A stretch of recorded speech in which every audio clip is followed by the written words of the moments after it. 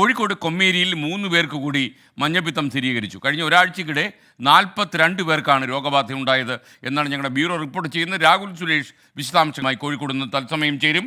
Rahul, good morning. ഈ വാർത്തയുടെ വിശദാംശങ്ങൾ എന്തൊക്കെയാണ് നമുക്ക് ലഭിച്ചിട്ടുള്ളത് ഇപ്പോൾ?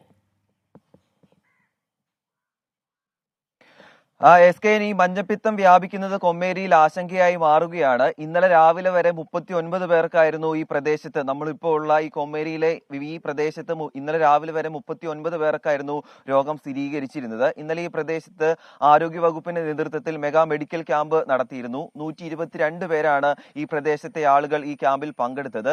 അതിൽ 3 പേർക്ക് കൂടി രോഗം സ്ഥിരീകരിച്ചിരിക്കുകയാണ്.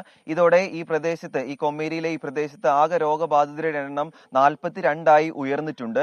ഇന്നലെ ക്യാമ്പിൽ പങ്കെടുത്ത കൂടുതൽ ആളുകളുടെ രക്തസാമ്പിളുകൾ പരിശോധനാ ഫലങ്ങൾ ഇന്ന് പുറത്തു വരുമെന്നാണ് ആരോഗ്യ വകുപ്പുമായി ബന്ധപ്പെടുമ്പോൾ പുറത്തു വരുന്ന വിവരം. അങ്ങനെ വരികയാണെങ്കിൽ വരും ദിവസങ്ങളിൽ കൂടുതൽ ആളുകൾക്ക് മഞ്ഞപ്പിത്തം സ്ഥിരീകരിക്കാനുള്ള ഒരു സാധ്യത കൂടിയുണ്ട്.